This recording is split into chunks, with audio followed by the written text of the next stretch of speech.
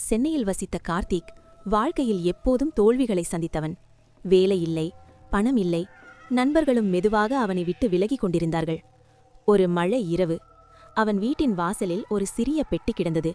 அதற்குள் ஒரு விசித்திரமான மோதிரம் இருந்தது. ஆர்வமாக அதை விரலில் அணிந்தான். அடுத்த நாளே அதிசயங்கள் ஆரம்பித்தன. கார்த்திக்குக்கு நல்ல வேலை கிடைத்தது. பணம், புகழ், வெற்றி, வாழ்க்கை திடீரென சரியாகிவிட்டது போல இருந்தது. ஆனால் சில நாட்களில் ஒரு விஷயம் அவன் கவனத்திற்கு வந்தது. அவன் வெற்றி பெறும் ஒவ்வொரு நாளும் அவனை சுற்றியிருந்தவர்கள் திடீரென சோகமாக மாறினர். அம்மா நோயுற்றார், நண்பன் வேலை இழந்தான், காதலி அவனை விட்டு சென்றாள். ஒரு நாள் அந்த மோதிரத்தை பார்த்தபோது உண்மை புரிந்தது. அது அவனுக்கு சந்தோஷம் கொடுக்கவில்லை, அவன் நேசிக்கும் மக்களின் சந்தோஷத்தை திருடி அவனுக்கு கொடுத்தது. கார்த்திக் பயந்தான். ஆனால் அதற்குள் மிகவும் தாமதமாகிவிட்டது. அவன் வாழ்க்கையில் எல்லாம் இருந்தது, ஆனால் அவனை நேசிக்க யாரும் இல்லை. அந்த இரவில் அவன் தனியாக உட்கார்ந்தபோது ஒரு கேள்வி மட்டும் அவன் மனதில் எழுந்தது.